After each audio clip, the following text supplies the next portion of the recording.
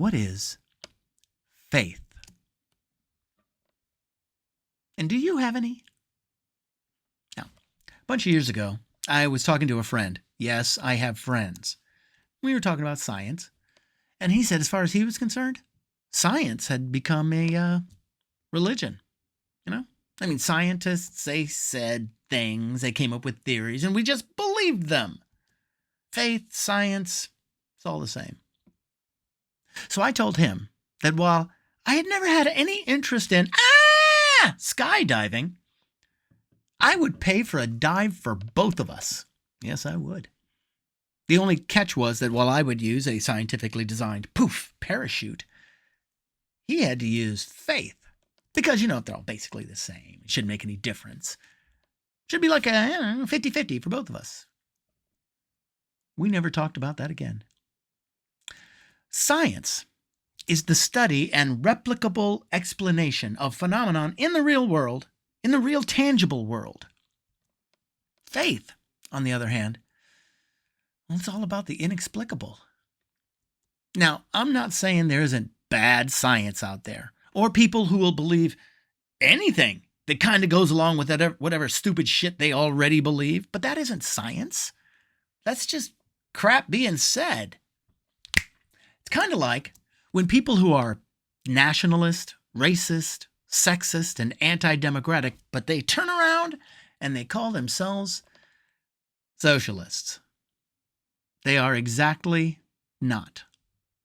It's just like wearing a pointy hat doesn't mean you're the Pope. And wearing a red star doesn't mean you're a red. And just saying stuff that you'd like to be true without any actual evidence doesn't mean you're a scientist. You're just some asshole in a lab coat. Hey, ask RFK Jr. Yeah, he knows lots of these people. Now, for most of human history, just about everything was inexplicable. Volcanoes, thunder, droughts, famine, floods. What is the wind? They didn't know what anything was. So they came up with cool stories, and they believed them. They had faith. What is the sun? Well, obviously, it's a god in a fiery chariot riding across the sky. It's a beautiful image. But about 2,300 years ago, some early scientists theorized that the sun was basically a big ball of something on fire. They even figured out how far away from Earth it was. They did, within a few percentage points. And they did this without telescopes. Now, faith in a sun god, it just filled a void of knowledge before science came along with some theories and real answers. What about the Earth? Was it a disk resting on the back of a giant tortoise? Or no? Because about 2,300 years ago, some other scientists, early scientists, they figured out that not only did they figure out that the Earth was round. One guy in North Africa, he pretty accurately figured out how big it was. And he did this in the desert with some sticks. A little more faith gone. Ooh, and around the same time, another guy figured out that the only way everything that he saw and measured in the sky, the only way all of that could make sense was if the Earth orbited around the sun. Yeah, no telescopes, just eyes, brains, paper, and whatever they wrote with back in those days. And if certain people of faith hadn't burned almost all the science papers they could get their hands on, we wouldn't be talking about Copernicus nowadays. We'd be talking about Aristarchus of Samos and how he figured out that the Earth orbited the sun 200 years before Julius Caesar was born. Over time, science and reason advanced, and faith became not so much about, the natural world, but about a person's relationship with an unseen, immeasurable world. The existence of the soul, the existence of a creator. What happens after we die, if anything? Faith is what you believe despite the lack of knowledge and evidence. Like the existence of angels. There is no evidence angels exist at all, and no theory about how they would do all of their angel stuff if they did exist. But that's what makes believing in them an act of faith. If they demonstrably existed, they would be a scientific fact. Faith comforts people in this difficult, confusing world, and any faith someone needs to get through a life in a seemingly incomprehensible universe is nobody's business but their own. Unless they make it our business by trying to dictate how the rest of us live our lives, or if they try to hijack our government to promote their faith. I was at the dentist once, and after the guy had loaded my mouth up with cotton and Novocaine, he started telling me how the United States, well, it was founded as a Christian nation. I hadn't asked. He just volunteered this information. Not even what we were talking about. But just in case it isn't abundantly clear by now, I was a history major. John Adams. You know, founding father and lead character in the Broadway musical 1776. He once said, "The government of the United States is not, in any sense, founded on the Christian religion." Well, it's pretty clear, right? I mean, it's not a lot of wiggle room. Not like I wonder what he's really thinking. And Thomas Jefferson, famous founding father and slave rapist. He's also in 1776. He said, the American people had declared there should be a wall of separation between church and state. And Ben Franklin, the horniest of the founding fathers, you know, the balding guy on the $100 bill, and 1776 comic relief, he said that while religion could be good, any religion that had to call upon the state for support was, by definition, a bad religion. Congress shall make no law respecting an establishment of religion or prohibiting the free exercise thereof. Now, for everyone who only reads the Second Amendment to the Constitution, what I just said, that part right there, that's in the First Amendment. The reason the founders put that in the First Amendment is because they knew what faith had done in Europe. Europe had gone through centuries of war, murders, massacres because of faith. They knew the history of Catholics killing Catholics and Protestants killing Protestants and then killing each other. And both of them killing Jews and pagans and any native folks that they couldn't force into their churches. Men, women, children, hunted, drowned, disemboweled, burned, all in the name of their loving God.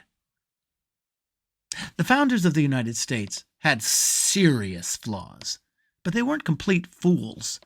They knew that faith may be personally comforting, but in government, it could be dangerous. An official faith could give the people permission to destroy the very freedoms and democracy they say they love.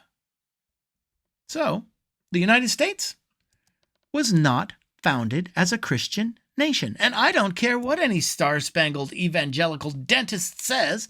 I'm going with founding father and principal character of a Broadway musical, John Adams, on this one. But while the holy dentist was drilling away, I'm thinking, I bet he does this a lot. You know? Evangelize ahistorical nonsense to people while he's elbow deep in their mouths so they can't contradict him. Or they're afraid that if they do, he'll stab them in the tongue. And this lack of contradiction over time, it convinced him his faith-driven version must be right. Which brings us to Donald J. Trump. Now, Donald Trump He is not a church-going guy. But he does have a faith, profound faith, an unshakable faith in whatever his last thought was. Whatever lonely thought wanders into the abandoned basement of his mind. And not just what he sees on Fox, no. See, with Trump, that thought could also be whatever he would like to be the case. See, for Trump, it's not about truth or the reality of our world. No, a thought of his is more like a wish or a magic spell. He has a thought, and by thinking it, for him, it becomes real. I should get a Nobel Prize. And that thought, it grows without examination like mold in a warm, wet corner. And then he says it out loud. I should get a Nobel Prize. And he hears nothing. Silence. No arguments. No contradiction. It's not true. He does hear something. He hears the echoes from obsequious toadies. You should get a Nobel Prize. Tariffs will solve everything. Oh, yes, tariffs will solve everything. The sycophants echo every thought as they climb up the greasy orange career pole. We are being invaded by Venezuelan drug lords. Antifa, they are dangerous terrorists. We do have to call out the military to put down these insurrections. Everyone who disagrees, anyone who doesn't share the absolute faith in the unquestionable leader, well, they are an enemy of the state.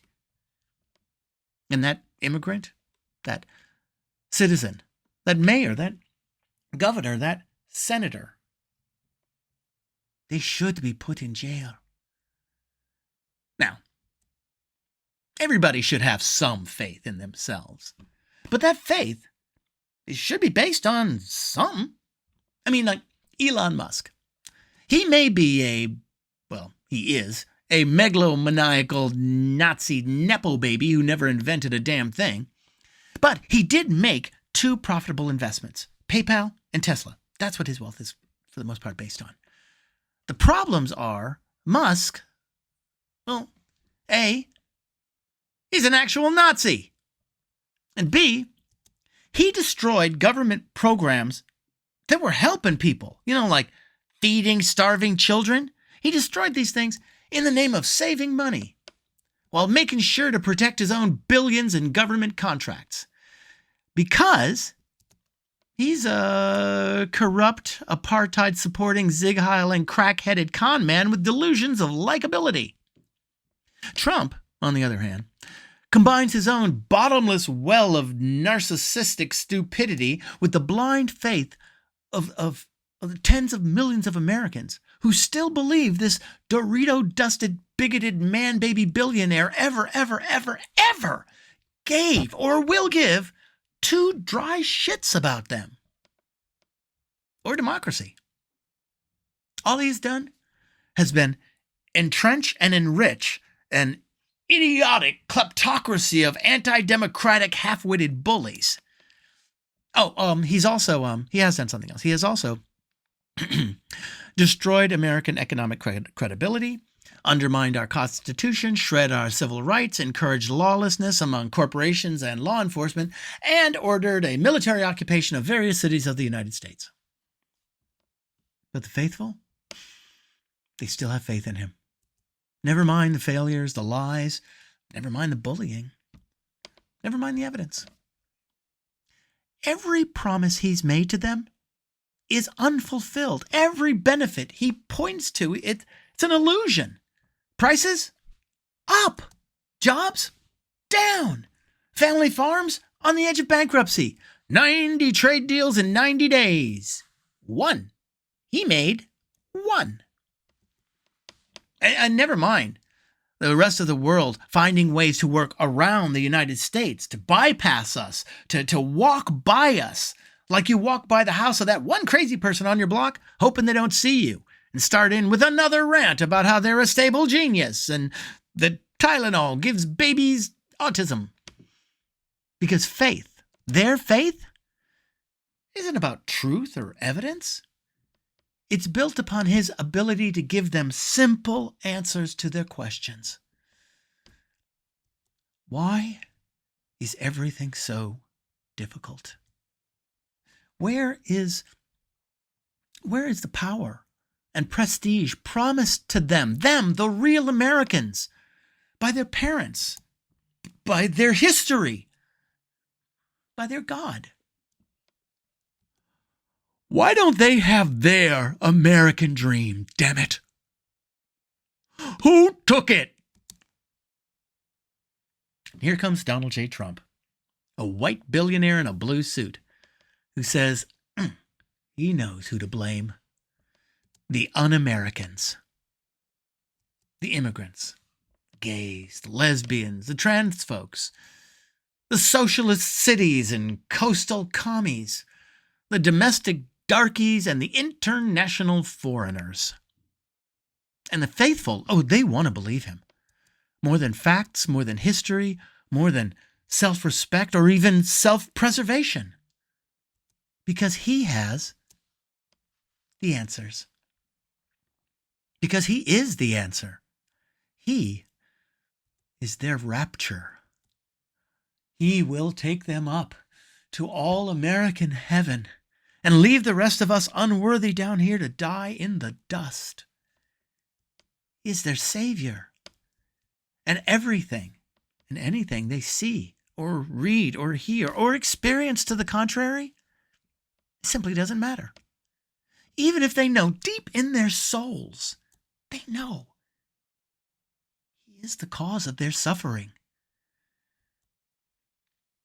But they believe he will save them. Because believing, despite any and all evidence, that is what faith is.